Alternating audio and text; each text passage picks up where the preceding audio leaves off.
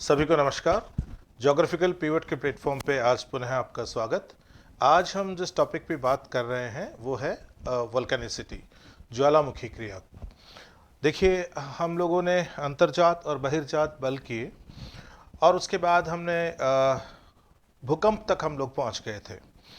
जब हम बात करते हैं ज्वालामुखी की, तो जिस तरह से भूकंप पृथ्वी की कमज़ोर सतह से ऊर्जा निस्सृत होने की प्रक्रिया है, उसी प्रकार पृथ्वी के कमज़ोर क्षेत्रों से जब मैग्मा लावा के रूप में बाहर निकलकर भूसतह पर प्रकट होता है, तो वो जो घटना है वो ज्वालामुखी क्रिया कहलाती है। हम जब ज्वालामुखी क्रिया की बात करेंगे तो हम उन कारकों की भी बात करेंगे जो इसके लिए उत्तरदायी है। हम इसके प्रकारों की बात करेंगे, हम इसके वितरण की बात करेंगे, इसके प्रभाव की बात करेंगे। तो चलिए हम शुरुआत करते हैं। देखिए, जब हम बात कर रहे हैं ज्वालामुखी की, तो हमें सबसे पहले तो ये समझना चाहिए कि क्या फ़र्क होता है सिंपल जब हम बात करें ज्वालामुखी की और जब हम उसकी क्रिया की बात करें। देखिए, जब हम बात करते हैं ज्वालामुखी की तो हमारे दिमाग में एक बात आती है कि ज्वालामुखी की क्रिया जो है, जिसमें किसी छिद्र या दरार से तप्त पिघली हुई चट्टानें बाहर निकलती है, गैसेस बाहर निकलती है, ठोस कण जो हैं वो भी जब पृथ्वी की सतह को फोड़ के निकलते हैं तो उसमें शामिल हो जाते हैं। तो उसको हम सामान्यतः ज्वालामुखी के रूप में देखते हैं। तो बेसिकली ज्वालामुखी जो है वह छिद्र या दरार होती है जिससे होकर गर्म तप्त लावा जो है वो भूसतह पर प्रकट होता है। उसके साथ साथ लावे के साथ साथ गैसेस और ठोस पदार्थ आदि भी धरातल पर प्रकट होते हैं। ये जो पूरी की पूरी ज्वालामुखी क्रिया है, इसमें हम उपरोक्त जो प्रक्रम है उसके साथ साथ चट्टानों के रवेदार चट्टानों के रूप में जमने तक की प्रक्रिया को शामिल करते हैं। अर्थात जब हम संपूर्ण ज्वालामुखी क्रिया की बात करते हैं तो हम केवल और केवल इसमें लावा के निकलने, गैसों के निकलने, ठोस पदार्थों के निकलने तक इसको सीमित नहीं रखते, बल्कि इनके जमने से जो भी रवेदार चट्टानें बनती है, जो स्थलाकृतियां हमें पृथ्वी की सतह पर और पृथ्वी की सतह के नीचे बनती हुई दिखाई देती है, उन सब को हम इसके अंदर शामिल करते हैं। और इन सब का जब हम वैज्ञानिक अध्ययन करते हैं तो उसके लिए जो समर्पित शाखा है उसका नाम ज्वालामुखी विज्ञान या वल्केनोलॉजी है। ठीक है, अब हम चर्चा करते हैं उन कारणों की जिनके कारण ज्वालामुखी आते हैं। तो देखिए, सबसे पहले तो हम ये जानते हैं कि ज्वालामुखी आने के लिए ये ज़रूरी है कि जो ऊपरी सतह है वहाँ पर दाब मुक्ति हो, क्योंकि वो दाब मुक्ति जो है वो उत्तरदायी होती है जो मेल्टिंग पॉइंट्स होते हैं उनमें बदलाव के लिए, और उसी के कारण जो मैग्मा चैम्बर है उसका निर्माण होता है। पहले हम इस प्रक्रिया को थोड़ा सा समझने की कोशिश करते हैं। देखिए, जैसे मान लीजिए कि सामान्य सतह पर पृथ्वी की सतह के नीचे कुछ चट्टानें जो हैं वो ठोस अवस्था में हैं। वो ठोस अवस्था में है क्योंकि वहाँ पर जो एग्जिस्टिंग टेम्परेचर है वो, और वहाँ पर जो मेल्टिंग पॉइंट है वो, उसमें अंतर इस प्रकार से पाया जाता है कि एग्जिस्टिंग टेम्परेचर जो हैं वो मेल्टिंग पॉइंट से नीचे होते हैं। तो ऐसी दशा में चट्टानों के पिघलने और उनसे मैग्मा चैम्बर बनने की संभावना नहीं बनती। लेकिन जब दाब मुक्ति की दशा बनती है, कमजोर क्षेत्र बनते हैं पृथ्वी की सतह के ऊपर, तो ये मेल्टिंग पॉइंट नीचे जाते हैं। और जब ये मेल्टिंग पॉइंट नीचे जाते हैं, जब ये गलनांक बिंदु नीचे जाते हैं और ये उन क्षेत्रों में पाए जाने वाले तापमानों से भी यदि नीचे चले जाएं, उस स्थिति में चट्टानों का पिघलना शुरू हो जाता है, मैग्मा चैम्बर का बनना शुरू हो जाता है। तो हमें एक बात ये समझनी है कि मैग्मा चैम्बर बनने के लिए, क्योंकि बिना मैग्मा चैम्बर के ज्वालामुखी उद्गार संभव नहीं है, तो मैग्मा चैम्बर बनने के लिए ज़रूरी है कि कमज़ोर जो सतह है वो पृथ्वी की सतह के ऊपर हमें देखने को मिले, क्योंकि कमज़ोर क्षेत्र नहीं होंगे तो दाब मुक्ति जैसी दशाएं नहीं बनेगी। तो ज्वालामुखी के यदि हम कारणों की बात करें तो सबसे पहला जो कारण जिसकी हम चर्चा करते हैं वो ये है कि हमारी पृथ्वी की सतह पर जो प्लेटें पाई जाती है, खूब कई प्रकार की बड़ी और छोटी प्लेटें पाई जाती हैं, उन प्लेटों में यदि कोई दरार पड़ जाए या उन प्लेटों के किनारों के सहारे हम जो संचलन देखने को हमें मिलता है वहां पर कमजोर क्षेत्र हमें देखने को मिलते हैं। चाहे वो सर्पण हो, चाहे वो अपसरण हो, चाहे वो अभिसरण हो, तीनों ही दशाओं में हमें उन क्षेत्रों में कमजोर क्षेत्र विकसित होते दिखाई देते हैं और उनके कारण दाब मुक्ति होती है और उस दाब मुक्ति के कारण मैग्मा चैम्बर के निर्माण की दशाएं बनती है। नंबर 2, हम यदि बात करें, हम अच्छी तरह जानते हैं कि अभिसरण और अपसरण की दशाओं के अंदर हम देखते हैं कि वलन और भ्रंशन की क्रियाएं क्रमशः हमें दिखाई देती है। तो वलन और भ्रंशन के जो क्षेत्र हैं वो भी स्वतः कमजोर क्षेत्र हो गए। तो ऐसे जो क्षेत्र है वहां पर भी हम देखते हैं कि जो भूपट्टी में असंतुलन की दशाएं विकसित होती है, उसके कारण हमें वहां पर ज्वालामुखी के निर्माण की दशाएं देखने को मिलती है। तीसरी बात, हम यदि बात करें तो हम ये देखते हैं कि जब भी मैग्मा चैम्बर बनते हैं तो बहुत सारी केमिकल रिएक्शंस होती हैं। उन केमिकल रिएक्शंस में कई प्रकार की गैसें बनती है और जलवाष्प बनती है।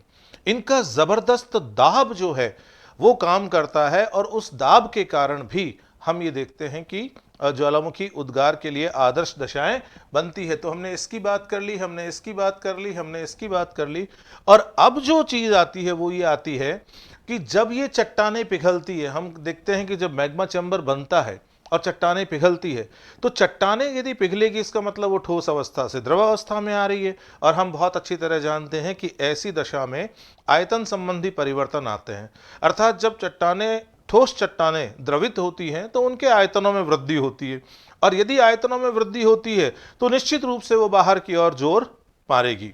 तो हम देखते हैं कि ताप जो है, ताप के कारण, क्योंकि ये जो रेडियोधर्मी तत्व पाए जाते हैं इनके कारण पृथ्वी के सतह के नीचे हमें ताप दशाएं देखने को मिलती है। जब वो ताप दशाएं इतनी हो जाए कि उच्च ताप पैदा होकर वो चट्टानों को पिघला दे, तो ऐसी स्थिति में क्या होता है कि जब चट्टानें पिघलती हैं तो उनके आयतन में हमें वृद्धि देखने को मिलती है। और जब ये आयतन में वृद्धि देखने को मिलती है तो आयतन में वृद्धि होगी तो निश्चित रूप से वहां पर दाब की स्थिति बनेगी, वो बाहर की ओर निकलने की कोशिश करेगी। जो पिघली हुई चट्टानें हैं वो पृथ्वी की कमजोर सतह से बाहर निकलने की कोशिश करेगी और ऊपर की ओर कम दबाव वाले क्षेत्रों की तरफ इनका संचलन हमें देखने को मिलता है, और उसी के कारण से ज्वालामुखी उद्गार की घटनाएं हमें देखने को मिलती है। इस तरह से ये कई सारे कारण हैं जिनसे ज्वालामुखी उद्गार हमें देखने को मिलता है। अब हम आगे बात करते हैं कि किस प्रकार के पदार्थ जो है वो ज्वालामुखी के उद्गार की प्रक्रिया के दौरान हमें देखने को मिलते हैं, कौन कौन से पदार्थ बाहर निकलते हैं। तो उसमें एक महत्वपूर्ण है गैस और जलवाष्प। तो जब हम गैस और जलवाष्प की बात करें, गैसेस और वाटर वेपर की बात करें, तो हम ये देखते हैं कि इसके अंदर बहुतायत में हमें एक तो कार्बन डाइऑक्साइड देखने को मिलती है, एक हमें नाइट्रोजन देखने को मिलती है, एक हमें सल्फर डाइऑक्साइड देखने को मिलती है, एक हमें क्लोरीन देखने को मिलती है, ठीक है। और उसके अलावा जो जलवाष्प है ना, जो पानी है उसका जो गैसियस स्टेट है उसकी जलवाष्प है वो हमें देखने को मिलती है। तो कई प्रकार की गैसें और जलवाष्प जो हैं वो इस प्रक्रिया के अंतर्गत निस्सृत होती हैं। इसके अलावा जो दूसरे हैं वो हैं विखंडित पदार्थ, है ना, जिनको हम सामूहिक रूप से टेप्रा की संज्ञा दे सकते हैं, ठीक है। तो ये टेप्रा शब्दावली हमें ध्यान रखनी है, ऑब्जेक्टिव टाइप क्वेश्चंस के लिए ये हमारे लिए महत्वपूर्ण है। अब देखिए, बारीक धूल के कणों से लेके और बहुत बड़े बड़े चट्टानी जो खंड होते हैं वो इसके अंदर शामिल करते हैं, और ये जो बड़े बड़े टुकड़े होते हैं इन्हें हम बम कहते हैं। जो बहुत बड़े टुकड़े होते हैं उन्हें हम बम कहते हैं। तो इसमें वोल्केनिक डस्ट से लेके और बम तक शामिल होते हैं। अब हमें यहाँ पर एक बात और ध्यान रखनी है कि मटर के दाने से लेके और नींबू के आकार के जो इसमें जो कण होते हैं वो लैपिली या सिंडर कहलाते हैं, ठीक है। ये शब्दावली हमें थोड़ा सा ध्यान देनी है। मटर के दाने से लेके और नींबू के आकार के जो कण होते हैं उन्हें हम किस कैटेगरी में डालते हैं, लैपिली या सिंडर। ये इसलिए महत्वपूर्ण है क्योंकि हमारे कई बार हमें पूछा जाता है कि सिंडर कोन क्या होते हैं, है ना, सिंडर शंकु क्या होते हैं। तो जो सिंडर शंकुओं का निर्माण होता है उसमें सबसे ज्यादा जो पदार्थ होते हैं वो इसी आकार के होते हैं, मटर के दाने से लेके और नींबू के आकार के बीच इनका आकार हमें देखने को मिलता है। जब इनके ढेर होते हैं और उनसे शंकु बनते हैं तो वो सिंडर शंकु कहलाते हैं। अब जो अगली चीज है वो हमें ध्यान रखनी है कि जो बहुत बारीक कण होते हैं, ठीक है, उनको हम वॉल्केनिक डस्ट, ज्वालामुखी धूल या ज्वालामुखी राख की संज्ञा देते हैं।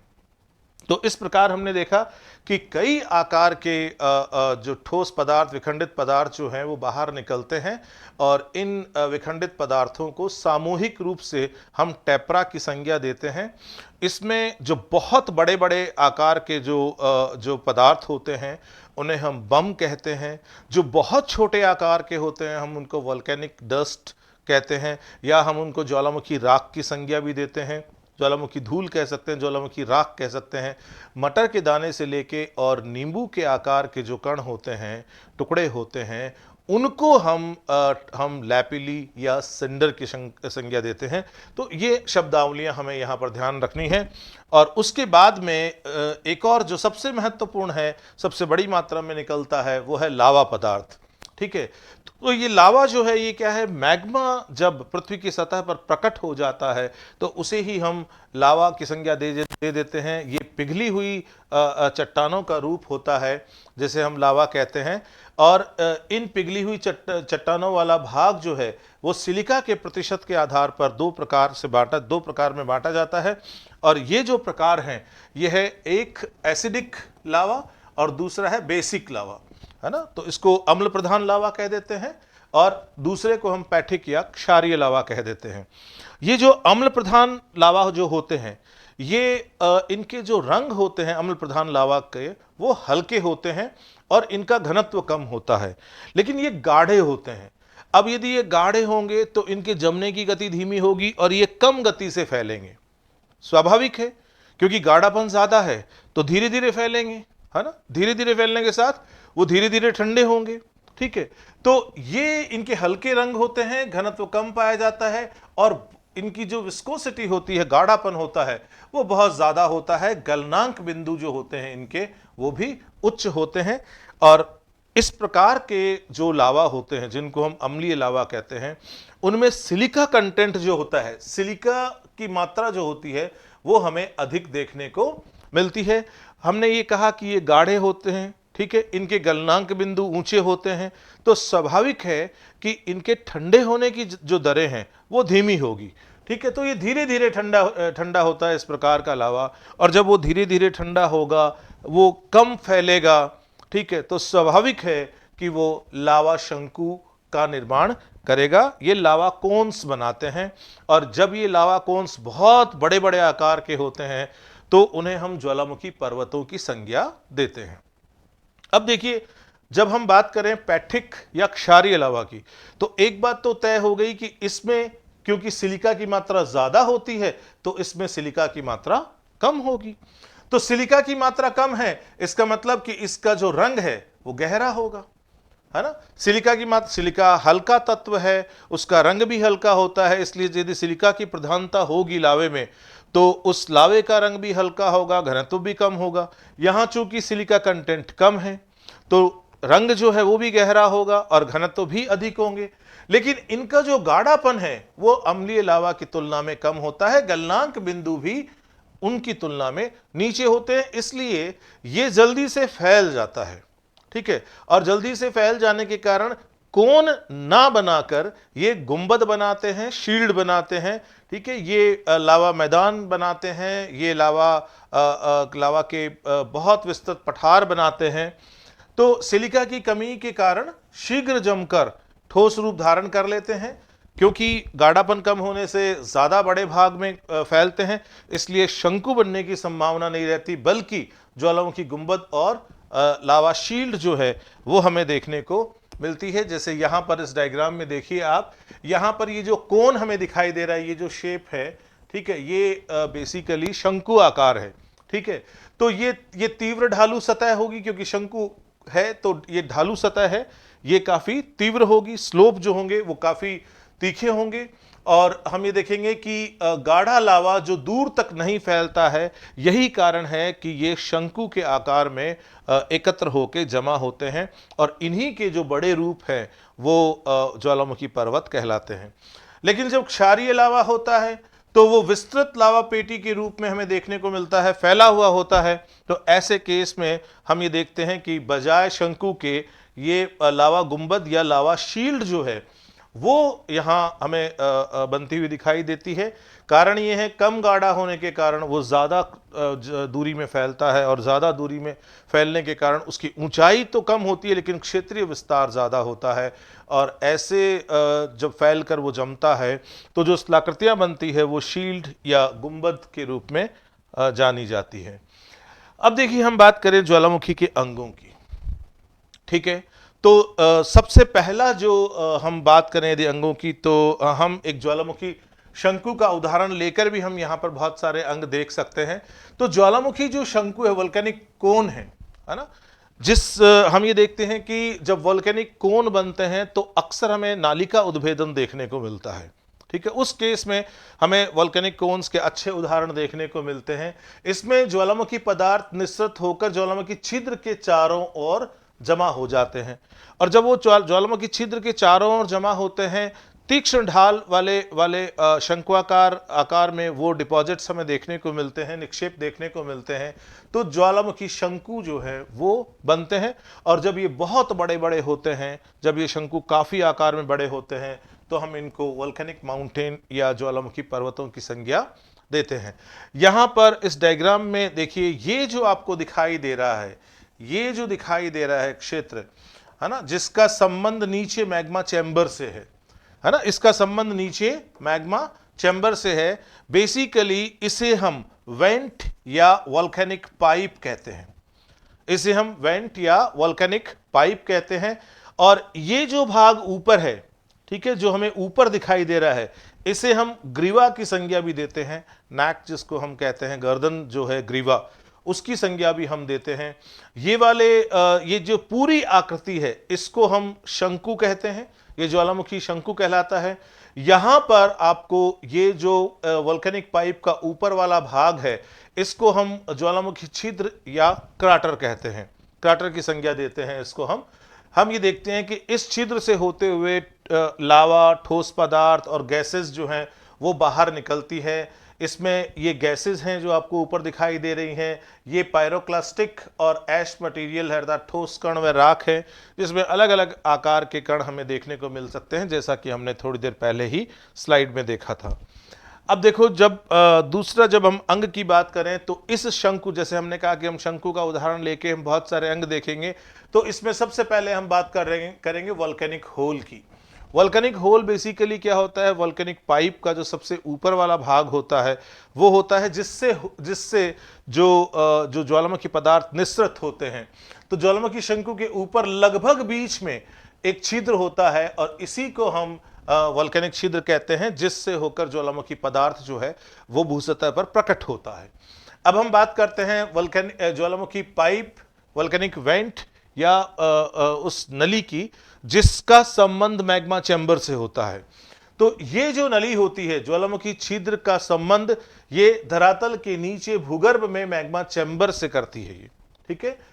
और इसी नली से होते हुए जो लावा और अन्य जो गैसेस वगैरह हैं वो ऊपर की ओर संचलित होकर भूसतह पर प्रकट होती है, और इसी से ये मैग्मा जो है ये ऊपर की ओर अग्रसर होता है, और जब वो धरातल पर प्रकट हो जाता है तब हम उसको लावा की संज्ञा दे देते हैं।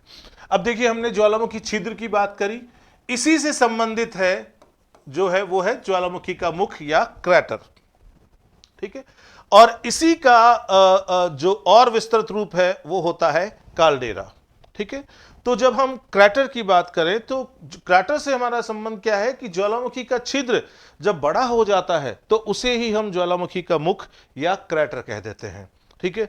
और जब वो और बड़ा हो जाए, अब वो उसका कारण धंसाव या कोई भी अन्य कारण हो सकता है, जब वो और ज्यादा विस्तारित हो जाए, जब ज्वालामुखी का मुख और बड़ा हो जाए, क्राटर जब धंस जाए या किसी कारण से और ज्यादा विस्तारित हो जाए, तो हम इसको काल्डेरा की संज्ञा देते हैं। इस अत्यधिक विस्तार वाले जो मुख है इसको हम काल्डेरा की संज्ञा देते हैं। इसी काल्डेरा के अंदर कई बार हम ये देखते हैं कि जो मेन पाइप है उसकी ब्रांचिंग हो जाती है, तो इस काल्डेरा के अंदर जो है वो कई बार कई क्रैटर जो हैं उनका निर्माण भी हमें देखने को मिलता है। जब हम अगली आकृति की बात करें, अंग की बात करें, तो वो है ज्वालामुखी रीढ़ या प्लग। इस शब्दावली से ही पता लग रहा होगा, स्पाइन, स्पाइन मतलब जैसे हमारे शरीर में जो रीढ़ की हड्डी होती है वो मुख्य हड्डी होती है, ठीक है। इसी प्रकार ये जो वोल्केनिक पाइप है, ठीक है, यही बेसिकली जब जम जाती है तो ये ज्वालामुखी रीढ़ के रूप में जानी जाती है। इसको हम ज्वालामुखी रीढ़ की संज्ञा देते हैं, प्लग की संज्ञा देते हैं। लंबे समय तक ज्वालामुखी पर्वत की ऊपरी सतह का अपर्दन होता रहता है, ठीक है।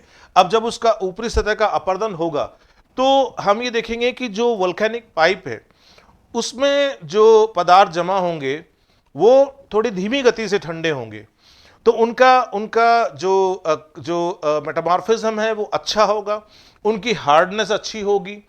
तो जो दूसरा जो लावा जमाव है जो उस वोल्केनिक पाइप के दोनों तरफ हुए हैं, उनकी तुलना में ये वोल्केनिक पाइप जो है इसके जमाव ज्यादा कठोर होते हैं। इसी कारण से जब अपर्दन होता है तो ये जो बाहरी भाग है, चारों तरफ का भाग है जो वोल्केनिक पाइप के, उसका अपर्दन थोड़ा सा तेजी से होता है, और ये जो वोल्केनिक पाइप वाला भाग है इसका अपर्दन थोड़ा सा धीमी गति से होता है। इस वजह से ये भाग हमें ऊपर दिखाई देता है, ठीक है, और इसके चारों तरफ का जो मटेरियल है उसका अपर्दन जो है वो तुलनात्मक रूप से जल्दी हो जाने से वो वहां से रिमूव हो जाता है। तो ये जो भाग दिखाई देता है, जो अत्यधिक कठोर ज्वालामुखी नली वाला जो भाग है, ठीक है, जो कि जमा हुआ होता है, धीमी गति से इसका अपर्दन होता है और ये बचा हुआ रह जाता है, इसे ही हम ज्वालामुखी प्लग की संज्ञा देते हैं। इस डायग्राम में हम इसको बहुत अच्छी तरह से समझेंगे। ये देखिए, आप ये मान लीजिए कि ये जो ज्वालामुखी जो है ये उसकी शुरुआती स्थिति है, ठीक है, ये ज्वालामुखी बना तब की स्थिति है और ये ज्वालामुखी छिद्र है, लंबे समय तक उद्गार नहीं हुआ, ठीक है। ज्वालामुखी जो है ये पूरी तरह से शंकु बन के तैयार हो गया है और ये जम गया है।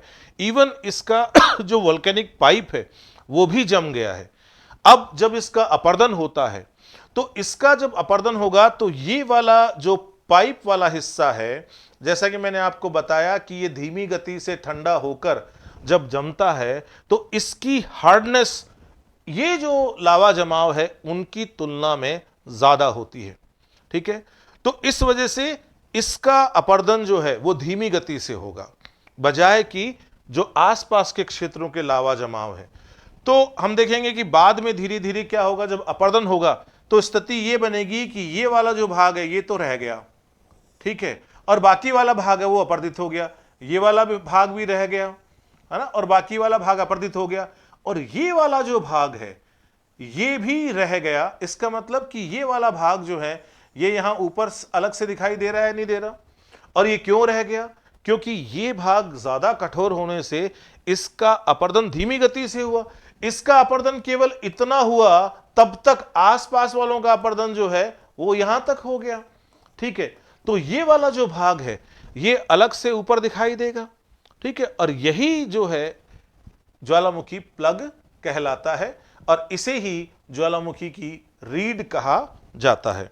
इसका अपर्दन आसपास के जो जमाव हैं उनकी तुलना में धीमी गति से हमें देखने को मिलता है।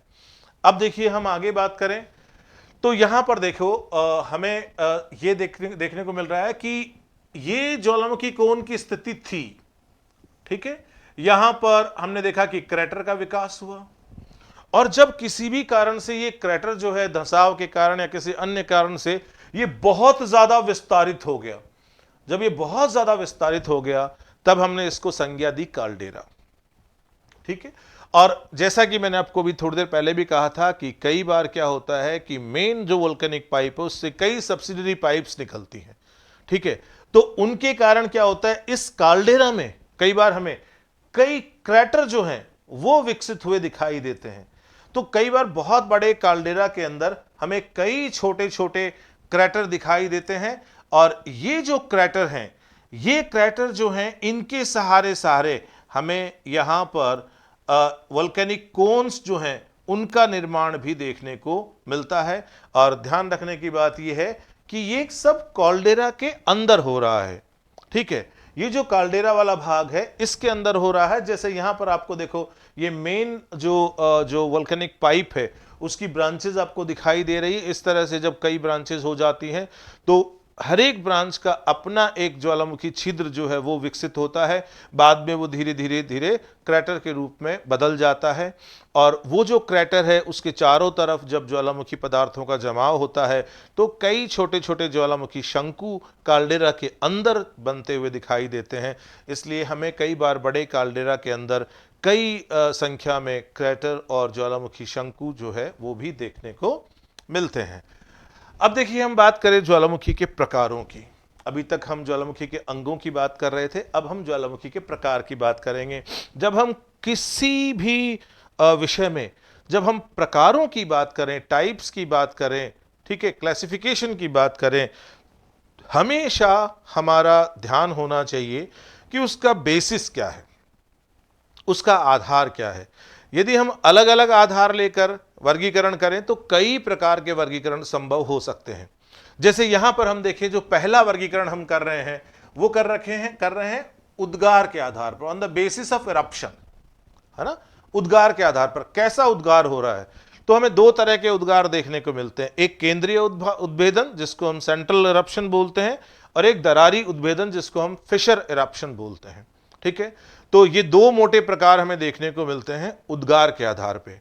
तो हम सबसे पहले केंद्रीय उद्भेदन की बात करते हैं, है ना। तो केंद्रीय उद्भेदन वाले जो ज्वालामुखी होते हैं उनमें एक वोल्केनिक पाइप होती है और अक्सर हम देखते हैं कि उनसे ज्वालामुखी शंकु या ज्वालामुखी शील्ड का निर्माण होता है, ठीक है। तो ये जो केंद्रीय उद्भेदन वाले ज्वालामुखी हैं, है ना, इसमें एक सकड़ी नली या द्रोणी के सहारे ज्वालामुखी के मुख से होते हुए जो मैग्मा है ना, वो लावे के रूप में बाहर निकलता है और उसके साथ साथ गैसेस और ठोस कण भी है बाहर निकलते हैं।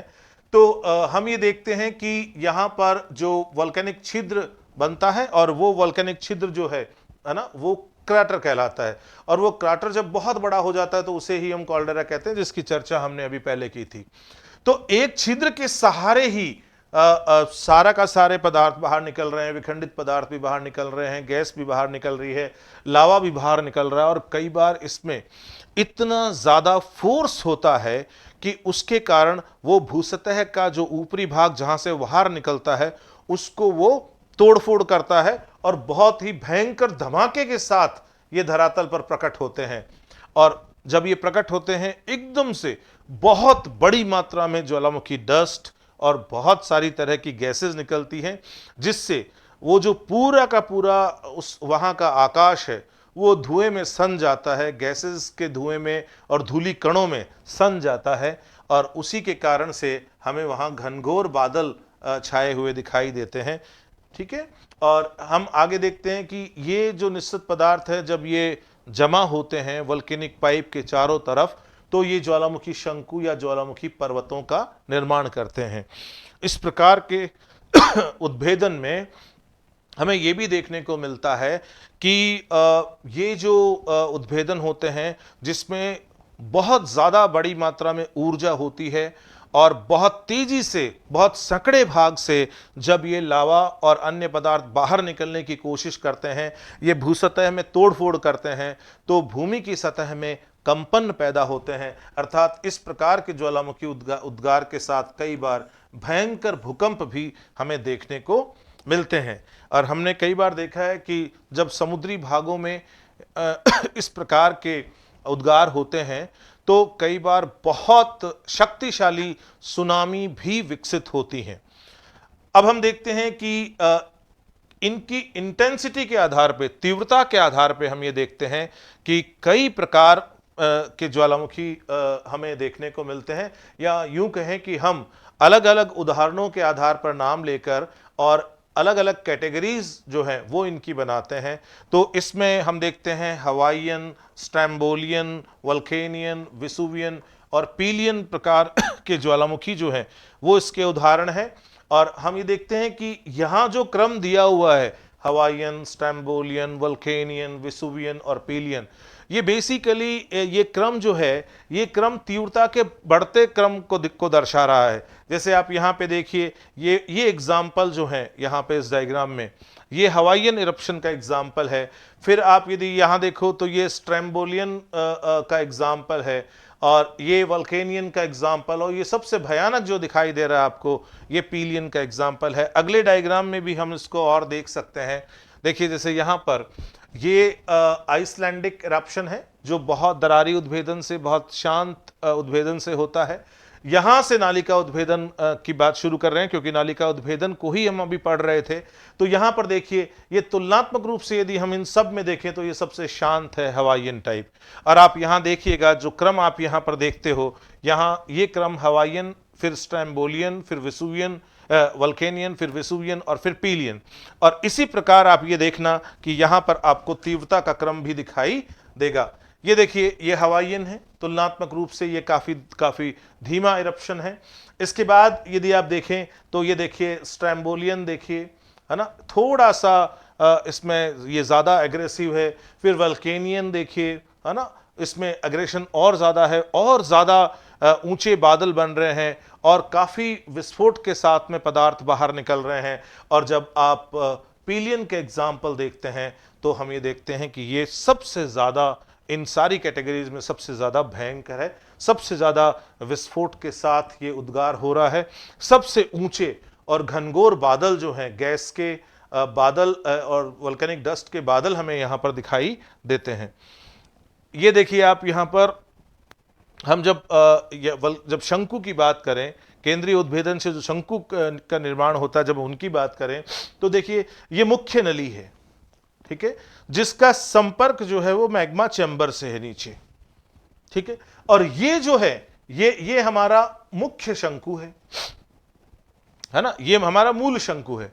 अब यहां पर हम देख रहे हैं कि ये बहुत बड़ी मात्रा में गैसें और जलवाष्प इसमें बाहर निकल रही है, इसमें विखंडित पदार्थ बाहर निकल रहे हैं, लावा बाहर निकल रहा है। यहां पर देखो क्रैटर का निर्माण हो रहा है, क्रैटर आगे जाकर कॉल्डेरा में भी बदल सकता है। यहां हमें ध्यान देना है कि ये देखिए, जैसे यहां पर हम देख रहे हैं कि एक सब्सिडरी पाइप जो है उससे लावा बाहर निकल रहा है। तो यहां पर हमें एक सहायक क्रैटर बनता हुआ दिखाई दे रहा है, मूल जो हमारा शंकु है उसकी सतह के ऊपर।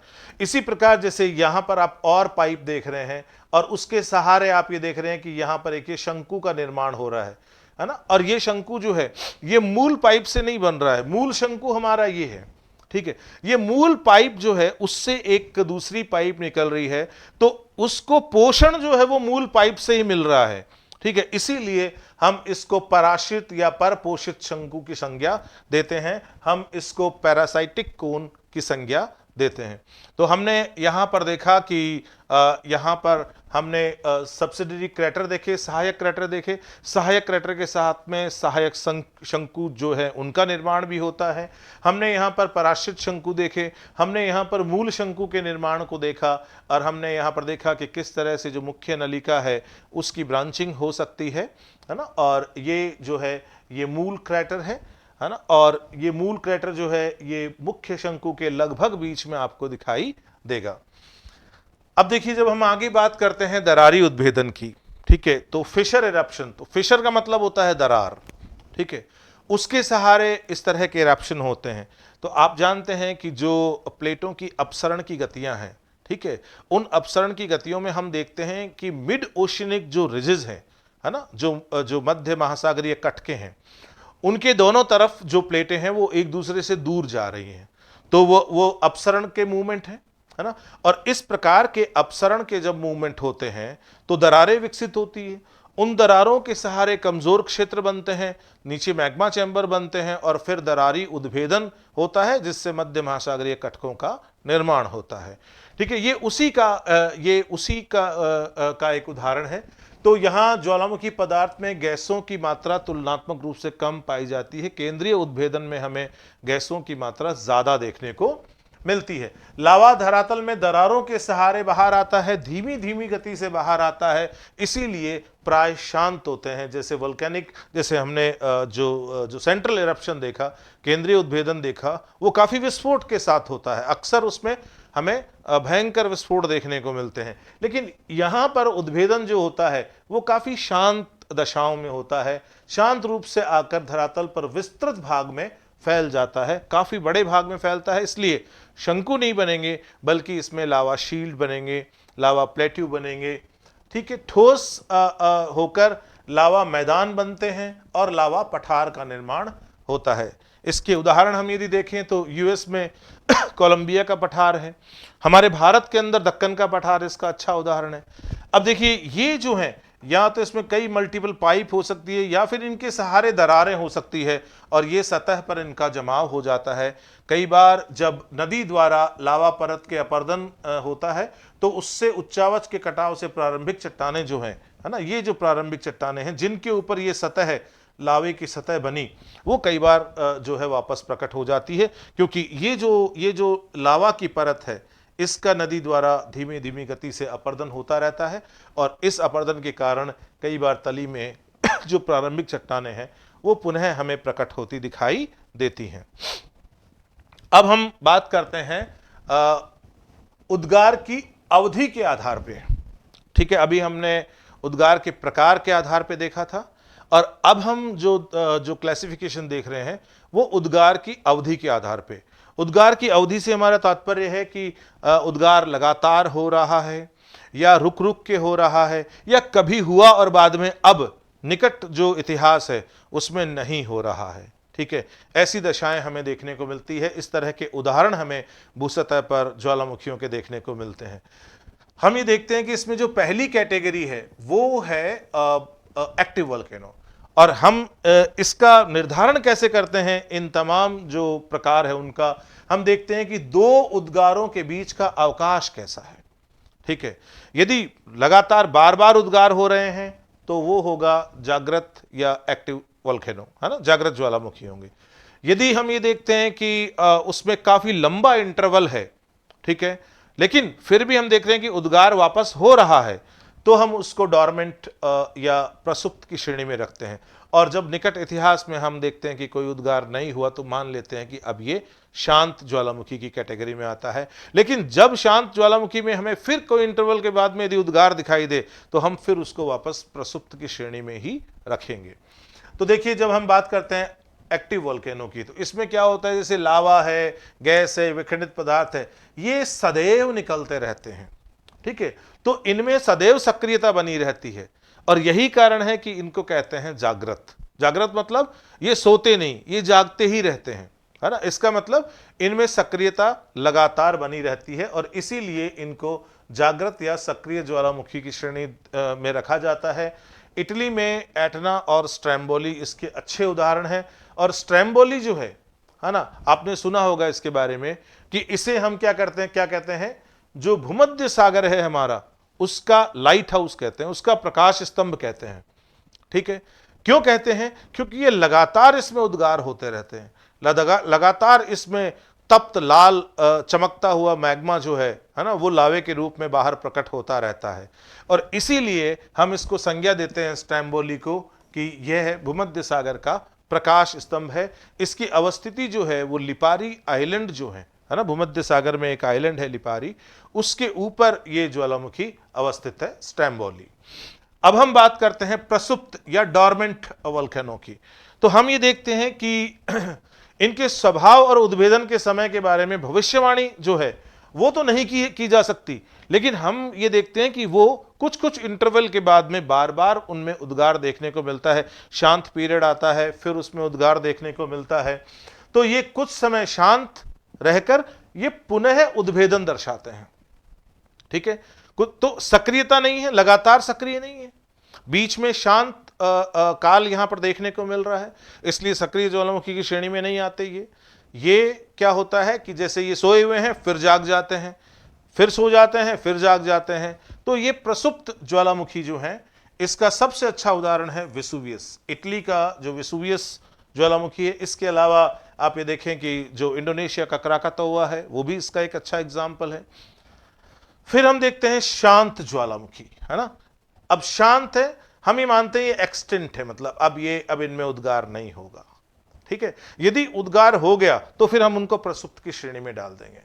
ठीक है, तो ऐसे ज्वालामुखी लंबे भूगर्भिक इतिहास में कोई उद्भेदन जो है वो नहीं दर्शाते, कोई उद्गार इनमें हमें हमें जो जो नियर हिस्ट्री है उसमें देखने को नहीं मिलता। ठीक है, तो हम ये मान लेते हैं कि भाई अब ये ज्वालामुखी जो है ये एक्सटिंक्ट वोल्केनो की श्रेणी में है, अब ये शांत ज्वालामुखी की श्रेणी में है, इसमें उद्भेदन नहीं होगा। लेकिन यदि हमें उद्भेदन की देखने को मिल जाए, यदि अभी भी उसमें उद्भेदन हो जाता है, तो फिर हम उसको प्रसुप्त की श्रेणी में लेंगे, फिर हम उसको शांत की श्रेणी में नहीं रखेंगे। ठीक है, ज्वालामुखी के मुख में पानी भर जाने से झील बन जाती है, क्योंकि लंबे समय तक उसमें कोई उद्गार हमें देखने को मिल ही नहीं रहा। ठीक है, तो उसका जो मुख है या उसका जो क्राटर है, उसके अंदर पानी भरने से क्राटर लेक जो है वो वहां पर बन जाती है। जो कोह सुल्तान है और देवबंद ईरान के, वो इसके अच्छे उदाहरण है। इसके साथ साथ म्यांमार का जो पोपा ज्वालामुखी है वो भी इसका अच्छा उदाहरण है। अब देखिए ज्वालामुखी क्रिया और उससे संबंधित जो संरचनाएं बनती है, हम उनकी बात करते हैं। तो देखो, ज्वालामुखी क्रिया और उससे संबंधित संरचनाएं केवल और केवल वही नहीं है जो भूसतह पर हमें दिखाई देती हैं। इसमें हम उन संरचनाओं को भी शामिल करते हैं जो भूसतह के नीचे बनती है। कई बार क्या होता है कि ज्वालामुखी उद्गार के लिए दशाएं बनती है, मैग्मा ऊपर की ओर संचलित होता है, लेकिन वो मैग्मा जो है वो भूसतह पर प्रकट नहीं हो पाता और वो भूसतह के नीचे ही जमा हो जाता है। तो ऐसी दशा में आभ्यंतरिक चट्टानें बनती है, इंट्रूसिव रॉक्स बनती है। ठीक है, वो कई प्रकार की होती है जिनकी चर्चा अभी हम करेंगे। उसमें हम बैथोलिथ, लैकोलिथ, लोपोलिथ, फैकोलिथ, कई प्रकार की कैटेगरीज की हम बात करेंगे। सिल है, डाइक है, उन सब की चर्चा अभी हम करेंगे। ठीक है, तो उनको भी हम ये जो ज्वालामुखी क्रिया से संबंधित संरचनाओं में शामिल करते हैं। और उसके साथ साथ जैसे अभी अब तक जो चर्चा हुई है उसके अंदर हमने बात की है, हमने वोल्केनिक कोन की बात की है, वोल्केनिक शील्ड की बात की है, हमने लावा प्लेन्स की बात की है, हमने लावा प्लेट्यू की बात की है। तो जो भी हमें भूसतह के ऊपर जो संरचनाएं बनती हुई दिखाई देती है, हम उनको भी ज्वालामुखी संरचनाओं में शामिल करते हैं। तो इसमें बाह्य संरचना भी आएगी और इसमें आभ्यंतरिक संरचनाएं भी आएगी। तो ज्वालामुखी क्रिया एक जटिल प्रक्रिया है जिसमें मात्र ज्वालामुखी उद्गार के फलस्वरूप धरातल पर प्रकट होने वाली जो संरचनाएं हैं उन तक ही हम सीमित नहीं हैं, बल्कि हम इसमें जो भूपृष्ठीय स्थलाकृतियों के साथ साथ भूसतह के नीचे ज्वालामुखी क्रिया के कारण जो संरचनाएं बनती है उनको भी शामिल करते हैं। अतः ज्वालामुखी क्रिया के फलस्वरूप आभ्यंतरिक संरचनाओं एवं धरातलीय स्थल रूपों का निर्माण होता है। इनको सम्मिलित रूप से हम अगले चित्र में देखेंगे कि देखिए, ये यहां से ऊपर ये आपको दिखाई दे रही है, ये सतह है, और ये जो है ये भूसतह के नीचे का भाग है। ठीक है, अब जैसे हमने देखा कि ये पूरा मैग्मा चैम्बर जो है यही जम गया, पूरा मैग्मा चैम्बर, तो हम इसको बैथोलिथ कहते हैं। ठीक है, इसमें इस तरह की जो जो जो हॉरिजॉन्टल जमाव हमें देखने को मिलते हैं, इनको हम सिल कहते हैं। और इसमें जो भी थोड़े से वर्टिकल जमाव होते हैं, जैसे मान लीजिए कि यहाँ से कोई जमाव हो सकता है, इस पाइप से कोई जमाव जो है वो यहाँ पर इस तरह से हो जाए, तो इनको हम डाइक की संज्ञा देते हैं। ठीक है, इसके अलावा जो फ्लैट बेस और डोम शेप वाले होते हैं, इनको हम लैकोलिथ की संज्ञा देते हैं। जो क्रिसेंट शेप में होते हैं बड़े बड़े जमाव, उनको हम लोपोलिथ की संज्ञा देते हैं। जो जमाव इस तरह से हमें लहर के रूप में दिखाई देते हैं, उसको हम फैकोलिथ की संज्ञा देते हैं। तो ये सब जो जमाव है, ये सब भूसतह के नीचे हो रहे हैं। तो ये जो संरचनाएं बन रही हैं, ये भूसतह के नीचे बन रही है। भूसतह के ऊपर हम देखते हैं कि यहाँ पर जैसे देखो, ये परतदार ज्वालामुखी है ना। यहाँ पर हम देखते हैं जैसे ये कॉल्डेरा है।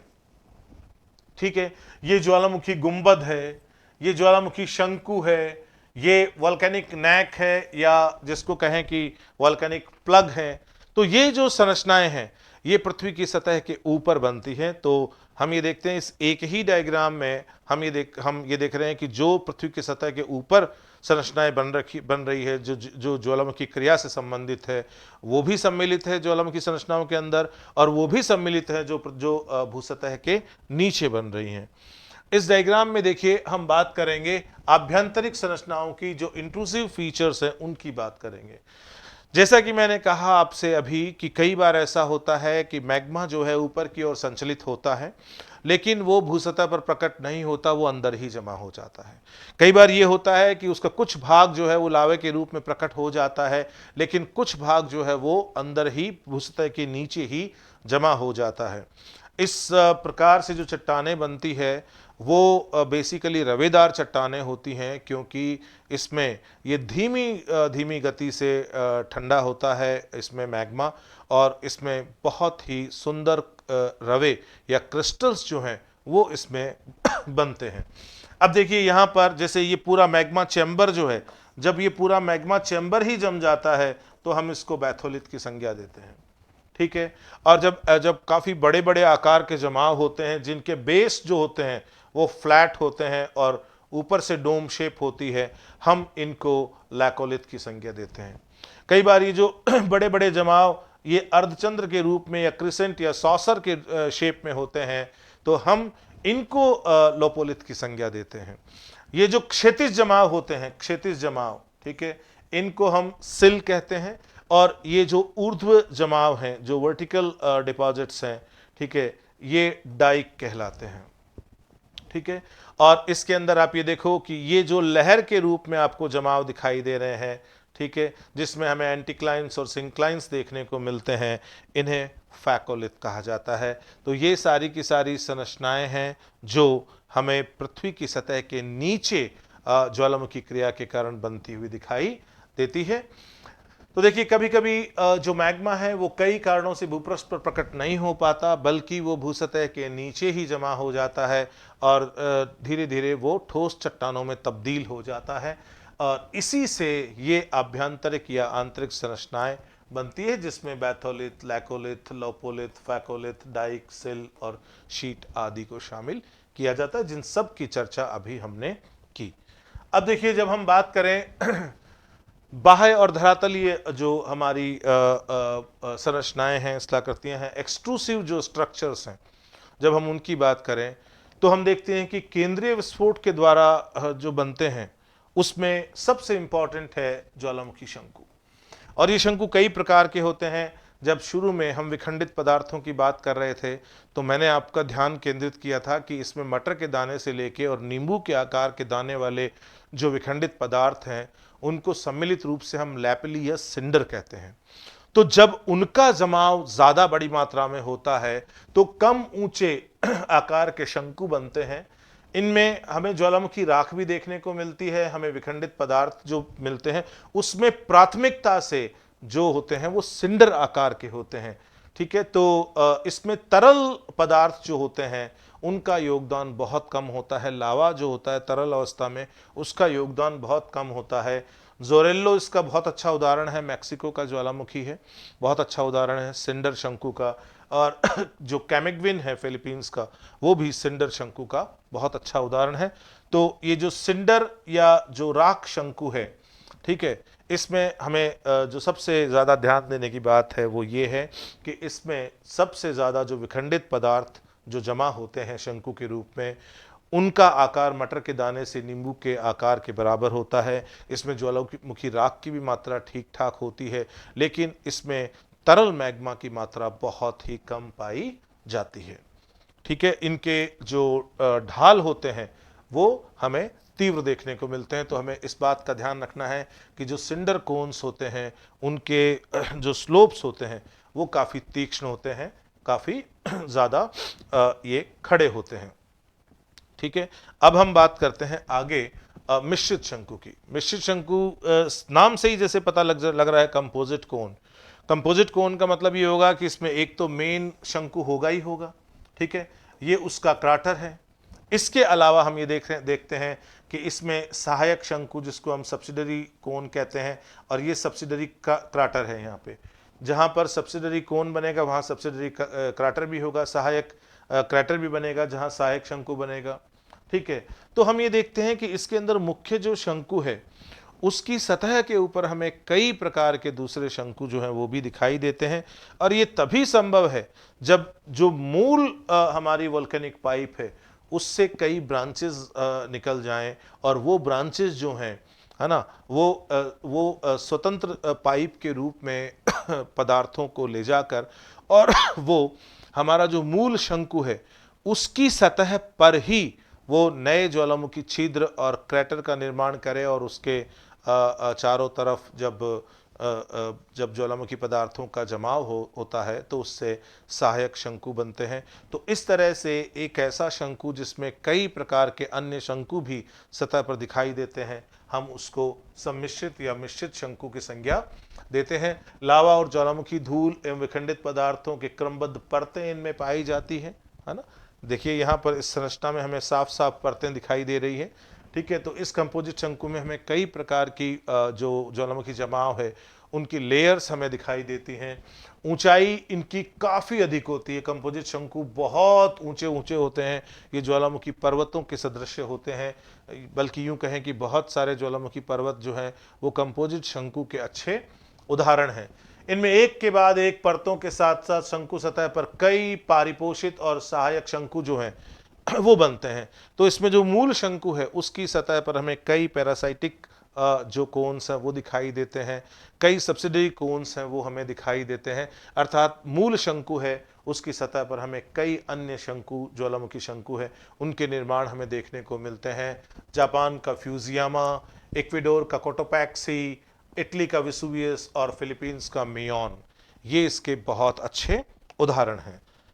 अब देखिए आगे यदि हम बात करें अम्लीय लावा शंकु की, हमने पीछे पढ़ा था कि ये जो अम्लीय लावा शंकु होते हैं ये बेसिकली काफ़ी ऊंचाई वाले होते हैं, क्योंकि जो अम्लीय लावा होता है वो हल्के रंग वाला होता है, घनत्व कम होता है, लेकिन इसका गाढ़ापन बहुत ज़्यादा होता है। गाढ़ापन बहुत ज़्यादा होने से ये बहुत ज़्यादा क्षैतिज विस्तार में नहीं फैलता, बल्कि इसकी इन शंकुओं की ऊंचाई बहुत अच्छी होती है।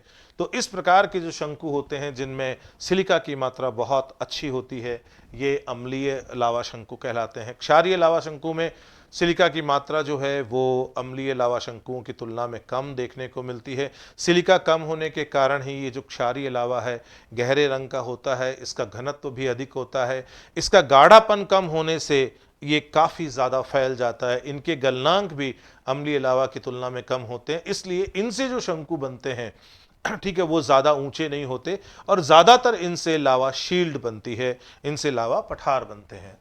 फिर लावा गुंबद की बात करते हैं हम। लावा गुंबद जो होते हैं इनका निर्माण जो है पैठिक लावा से होता है, अर्थात इनका निर्माण क्षारीय लावा से होता है और शील्ड शंकु का ही ये एक रूप है जिसमें गुंबद या शंकु से अधिक जो गुंबद होता है वो शंकु से अधिक विस्तृत होता है, जो टॉप होता है ना, वो डोम शेप होता है और काफ़ी विस्तार वाला होता है। हवाई ज्वालामुखी इसका एक बहुत अच्छा उदाहरण है यूएस का, और माउंट एटना जो इटली के अंदर अवस्थित है वो भी इसका बहुत अच्छा उदाहरण है। अब देखिए हम बात करें लावा डॉट की।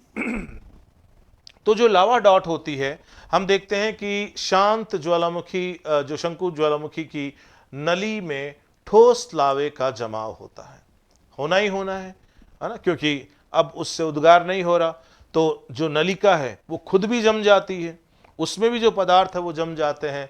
और जब अपर्दन होता है तो अपर्दन के बाद ये जो नली वाला भाग है, जैसा मैंने आपको डायग्राम में दिखाया था जब मैंने आपको ज्वालामुखी प्लग के बारे में बताया था, ठीक है, वो जो भाग है वो प्लग या डॉट के रूप में या रीड के रूप में ऊंचा बना रहता है, खड़ा दिखाई देता है, उसी को ज्वालामुखी डॉट कहते हैं और इसे ज्वालामुखी ग्रीवा की संज्ञा भी देते हैं। इन सब की चर्चा डायग्राम के साथ हमने पीछे की थी और हमने ये भी देखा था कि इनका निर्माण कैसे होता है।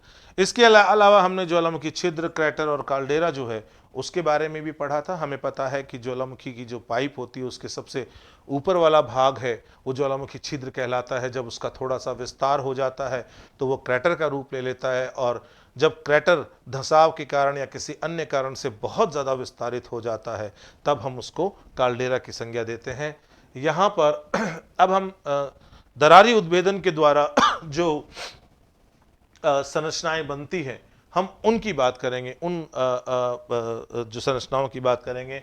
यहाँ पर हम ये देखते हैं कि लावा पठार और लावा मैदान ये इसके सबसे अच्छे उदाहरण हैं, क्योंकि हमें पता है कि दरारी उद्भेदन शांत होता है, इसमें गैसों की मात्रा कम होती है, इसमें जो लावा होता है वो प्राय क्षारीय होता है जो काफ़ी ज़्यादा दूरी में फैलकर क्षैतिज विस्तार में फैलकर जमता है, और इसी कारण से इसमें लावा मैदान और लावा पठार जो है उनका निर्माण होता है। अन्य संबंधित संरचनाओं की बात करें तो सबसे पहले चर्चा करेंगे गर्म पानी की झरनों की, है ना। इसका बहुत अच्छा उदाहरण है हमारे भारत के अंदर हिमाचल प्रदेश में मणिकरण। यहां पर जो ध्यान देने योग्य बात है वो ये है कि जब भी कभी भी भूकंपीय अथवा ज्वालामुखी क्षेत्र में तेज गर्म पानी शांति से बहे, ये हमें ध्यान रखना बेटा, शांति से बहे, तो वो बेसिकली हॉट स्प्रिंग्स है, गर्म पानी के झरने कहलाते हैं। शांति से बहने का मतलब ये होता है कि इसमें जलवाष्प और अन्य गैसों की मात्रा कम होती है। यही कारण है कि ये शांति से इसमें पानी का फ्लो देखने को मिलता है, लेकिन पानी का जो टेम्परेचर होता है वो अच्छा होता है और पानी गर्म होता है, इसीलिए हॉट स्प्रिंग्स या गर्म पानी की झरने कहलाते हैं। ठीक है, अब हम बात करते हैं गैसर की। देखिए, गैसर की हम जब बात करें तो हमें साथ में धुआंरे या फेमरल्स की चर्चा भी कर लेनी चाहिए। ठीक है, जो बेसिक डिफरेंस है वो देखिए इन दोनों में। गैसर की जब हम बात करेंगे तो हमें ये ध्यान रखना है कि इस प्रकार जब कोई भी पदार्थ निःसृत होता है तो उसमें जो जलवाष्प उसकी मात्रा बहुत अच्छी होती है। तो जब जलवाष्प की मात्रा अच्छी हो तो हम उसको गैसर की संज्ञा देते हैं। लेकिन यदि हम ये देखते हैं कि सल्फर डाइऑक्साइड और हाइड्रोक्लोरिक एसिड जो है वो अच्छी मात्रा में निकलते हो तो हम उनको फेमरल्स या धुआंरे की संज्ञा देते हैं। तो हमें यह ध्यान रखना है कि इनमें टेक्निकल डिफरेंस क्या होता है। तो ये जो गैसर है, ये गैसर बेसिकली जो आइलैंड की भाषा है, आइसलैंड की जो भाषा है उससे लिया गया शब्द है और जिसका मतलब होता है तेजी से उछलता हुआ। और तेजी से उछलता हुआ, तो यहां पर डिफरेंस आ गया ना कि गर्म पानी के झरने हैं वो तो शांति से हमें यहां पर पानी का बहाव देखने को मिलता है, लेकिन यहां पर तेजी से उछलता हुआ होगा तो शांति से तो नहीं होगा ना, निश्चित रूप से शांति से नहीं होगा।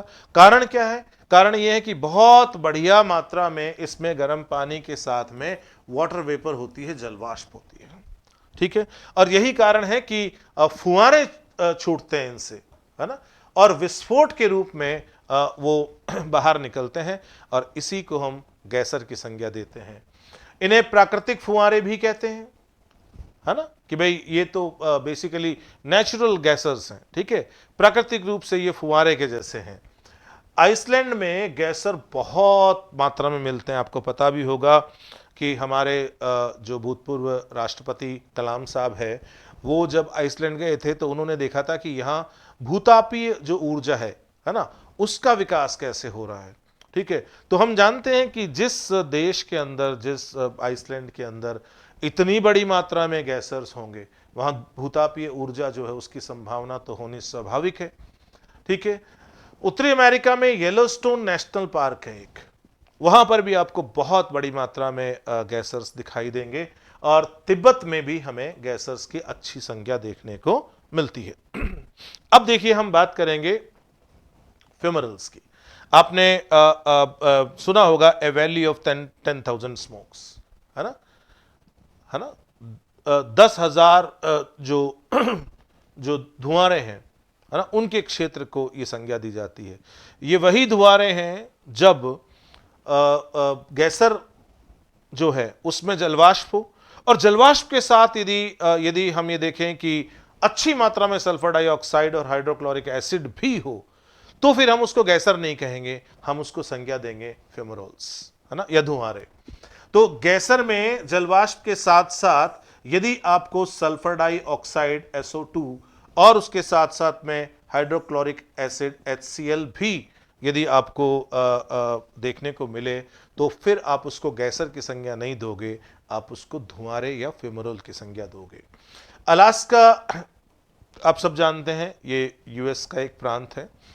अलास्का में कटमई ज्वालामुखी क्षेत्र है एक, है ना, वहां पर बहुत बड़ी संख्या में आपको गैसर्स दिखाई देते हैं और यहां 10,000 धूम्र घाटी या 10,000 धुआंरों की घाटी हमें देखने को मिलती है, जिसको ए वैली ऑफ 10,000 स्मोक्स कहा जाता है। ईरान में कोह सुल्तान धुआंरा और न्यूजीलैंड में प्लेंटी की खाड़ी में व्हाइट टापू का धुआंरा जो है वो इसके अच्छे उदाहरण हैं। अब देखिए यहां पर आप देखो कि सकड़ा क्षेत्र जिससे अंदर दाब बनता है ना, तो ये नैरो ओपनिंग है और यहां से उबलता हुआ पानी जो है वो बाहर निकलता है। ठीक है, तो उबलता हुआ पानी जब बाहर निकलेगा तो और शांति से निकलेगा तो हम उसको क्या कहेंगे, हम उसको कहेंगे हॉट स्प्रिंग। क्या संज्ञा देंगे हम उसको, हॉट स्प्रिंग। लेकिन यदि हम ये देखें कि इसमें जलवाष्प भी अच्छी मात्रा में निकले, यदि इस प्रकार से है ना, तो जलवाष्प का सकड़े मार्ग से धरातल पर प्रकट होना, तो इस प्रकार से ये जलवाष्प के बादल से बनेंगे, तो इनको जो है वो हम संज्ञा देंगे गैसर की। ठीक है, इनको हम गैसर की संज्ञा देंगे। और जब हम देखते हैं कि ये देखो ये गर्म पानी के झरने हैं, वो गैसर है। और इसमें यदि हम और आगे चलें तो यहां पर देखो, यहां पर ये SO2 और HCl है ना, ये भी इसमें जुड़ गए। ठीक है, सल्फर डाइऑक्साइड भी जुड़ गई और इसके अंदर हाइड्रोक्लोरिक एसिड भी इसके अंदर जुड़ गया। इसका मतलब जलवाष्प के साथ में ये रासायनिक पदार्थ भी बाहर निकल रहे हैं, है ना, ये गैसेस भी बाहर निकल रही हैं, है ना, अम्ल भी बाहर निकल रहा है।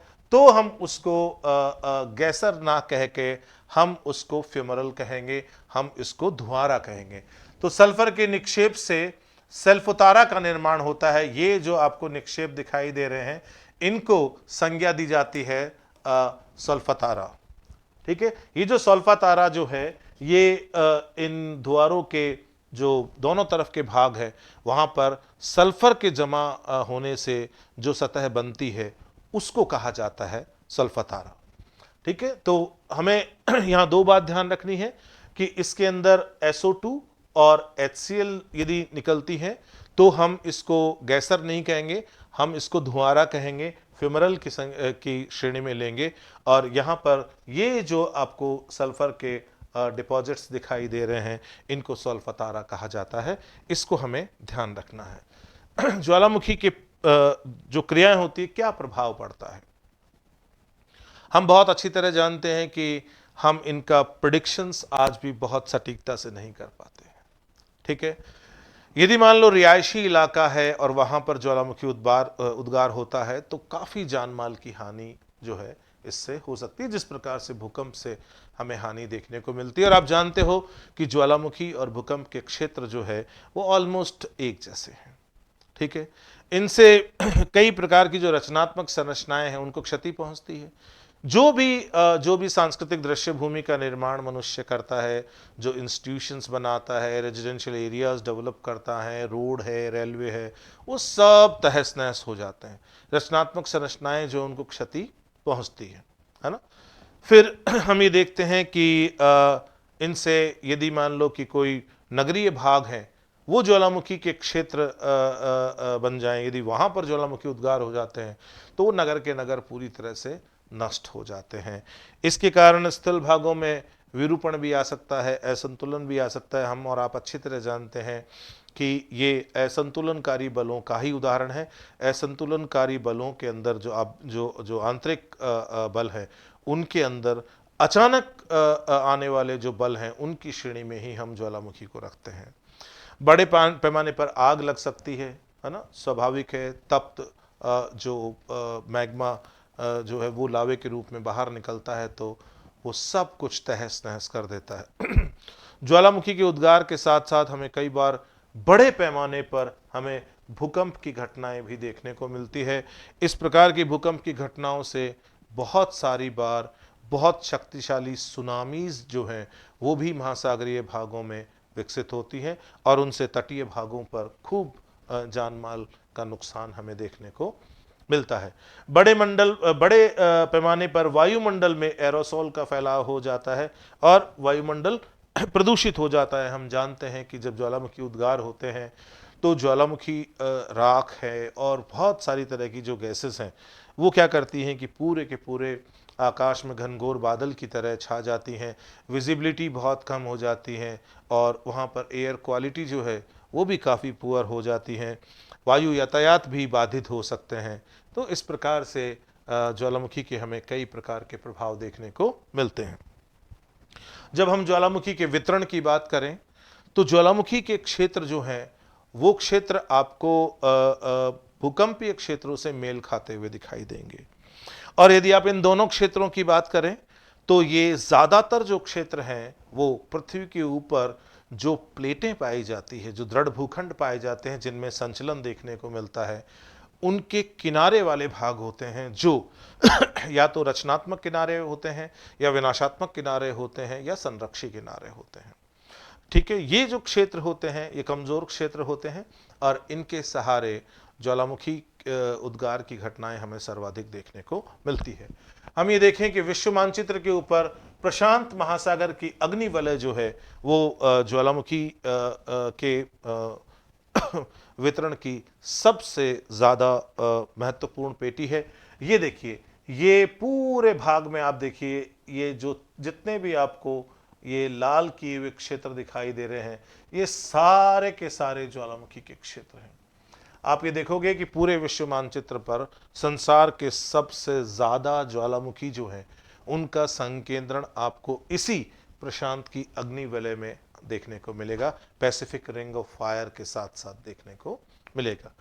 दूसरा है मध्य अंध महासागरीय कटक। आप जानते हैं कि ये वाला जो भाग है प्रशांत महासागर की अग्नि वलय, हम प्लेट टेक्टोनिक्स में इस बात को पढ़ते हैं कि इस प्रशांत महासागर के जो तटीय भाग हैं जिसको हम प्रशांत की अग्नि वलय कहते हैं, वहाँ पर ज़्यादातर जो किनारे हैं वो विनाशात्मक किनारे हमें देखने को मिलते हैं, जिनके सहारे काफ़ी गहराई वाले ज्वालामुखी जो हैं वो विकसित होते हैं। काफ़ी खतरनाक ज्वालामुखी है इस बेल्ट के अंदर हमें देखने को मिलते हैं। ये जो मध्य अंध महासागरीय कटक वाला क्षेत्र है, जैसे ये जो प्रशांत अग्निवलय है ये विनाशात्मक किनारों वाला क्षेत्र है, तो ये अभिसरण क्षेत्र हो गया। इसी प्रकार ये जो मध्य अंध महासागरीय कटक वाला क्षेत्र है ये अपसरण वाले क्षेत्र हैं और इन अपसरण वाले क्षेत्रों में भी हमें ज्वालामुखी जो है उनकी अच्छी मात्रा देखने को मिलती है। इसके अलावा ये मध्य महाद्वीपीय पेटी है। आप अच्छी तरह से जानते हैं कि यहाँ पर ये आल्प्स वाले क्षेत्रों से लेकर और ये हिमालयन वाला जो क्षेत्र है ये मध्य महाद्वीपीय पेटी है, जिसके सहारे हमें अभिसरण की गतियाँ देखने को मिलती है। यहाँ पर भी कमज़ोर क्षेत्र बनते हैं और अच्छी मात्रा में यहाँ पर भूकंप और ज्वालामुखी जो है उनके उदाहरण हमें देखने को मिलते हैं। हालांकि क्योंकि यहाँ पर यदि हम इस भाग की बात करें, हिमालयन रीजन जिसमें है, तो यहाँ पर ये जो दोनों पेटियाँ हैं ये महाद्वीपीय पेटियाँ हैं, तो इनके सहारे हमें ज्वालामुखी की क्रियाएं उतनी देखने को नहीं मिलती जितनी महासागरीय और महाद्वीपीय जो पेटियाँ आपस में अभिसरित होती हैं तो उनके साथ देखने को मिलती है। अंतरा पेटी का तात्पर्य वो है कि कई बार इन ये जो आपको पेटियां देखने को मिलती है, दृढ़ भूखंड वाली पेटियां, हम अक्सर इनको कहते हैं कि ये तो शील्ड है, इनके ऊपर भूकंप और ज्वालामुखी की घटनाएं अक्सर हमें देखने को नहीं मिलती। ठीक है, लेकिन इनके ऊपर भी कई कमजोर क्षेत्र विकसित होते हैं और उन कमजोर क्षेत्रों के सहारे हम ये देखते हैं कि भूकंप और ज्वालामुखी की घटनाएं हमें देखने को मिलती है। तो जब पेटी के आंतरिक भागों में कमजोर क्षेत्र या दरारों के सहारे जब भूकंप या ज्वालामुखी की घटनाएं होती हैं तो उनको हम इसके अंतर्गत लेते हैं, इस क्षेत्र के अंतर्गत मानते हैं। तो भूकंप और ज्वालामुखी दोनों के जो क्षेत्र हैं, ठीक है, वो पृथ्वी पर निश्चित क्षेत्र होते हैं। हम जानते हैं कि ये जो क्रियाएं हैं इनसे ऊर्जा तथा चट्टानी पदार्थों का बाहर निकलना पृथ्वी के विशिष्ट क्षेत्रों में ही संभव है, क्योंकि इनके लिए कमजोर क्षेत्र चाहिए, जिन कमजोर क्षेत्रों के सारे भूकंप के दौरान ऊर्जा और ज्वालामुखी के दौरान जो ज्वालामुखी पदार्थ हैं वो बाहर निस्सृत हो पाए। तो ये कमजोर संरचनाएं प्राय प्लेटों के किनारे होती हैं और यही कारण है कि आप जब भूकंप और ज्वालामुखी का वितरण देखते हो तो आप ये देखते हो कि इनका वितरण आपको प्लेटों के किनारों के सहारे सर्वाधिक देखने को मिलता है और ये कमजोर क्षेत्र के रूप में जाने जाते हैं। तो इस प्रकार ये ज्वालामुखी का टॉपिक यहीं पूरा होता है। हम आगे के जो लेक्चर्स हैं उसके अंदर इन्हीं से संबंधित जो और टॉपिक्स हैं उनको कवर करेंगे। Thank you very much.